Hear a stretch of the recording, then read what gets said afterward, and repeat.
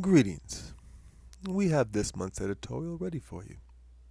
As you know, Kara behind me is my higher dimensional twin soul and member of Ashtar Command, while I am Russ Hatfield, and together we bring you June's editorial, which is called The Walmart of Dimensions.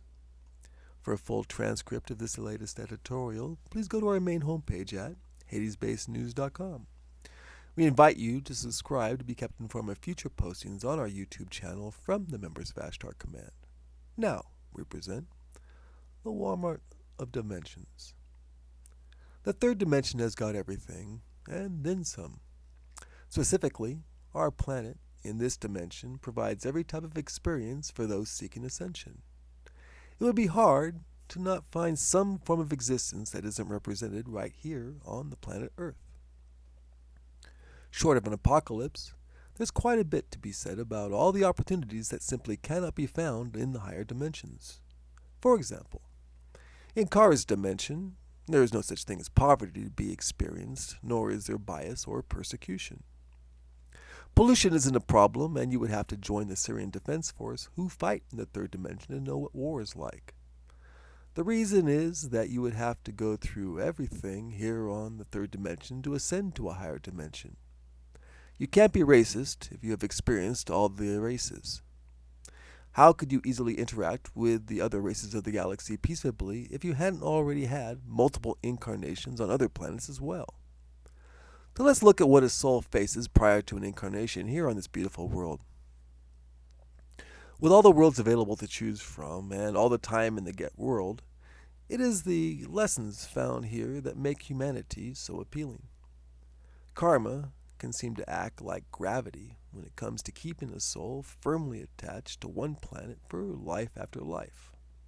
When you think about how souls tend to travel in groups, you begin to wonder if those groups travel through various races and countries together. The choices are endless, and an analogy that comes to mind would be the movie Ready Player One.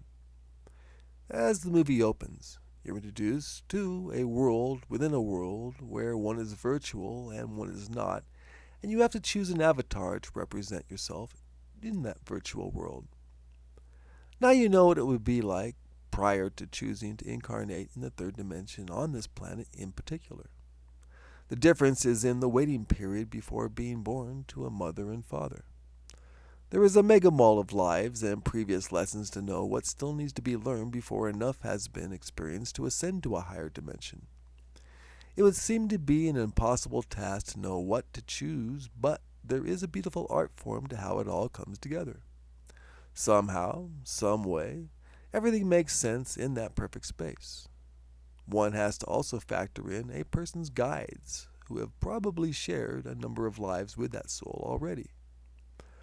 Only after all the variables have been accounted for and future key relationships arranged would birth take place.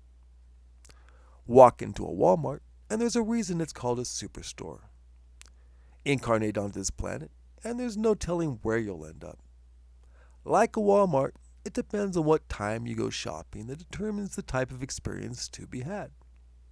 A soul chosen to be born at this time, for example, now has a future to look forward to that could best be called challenging.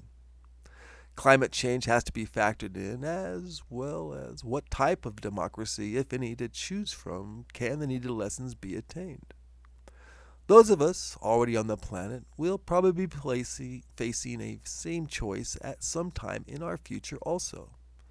Do we come back, or do we move on? As much as I would want to join Kara on her dimension, I will probably turn out I will have more lessons left and a purpose to be fulfilled, as will be the case for most of us. In love, light, and wisdom as one, Russ and Kara.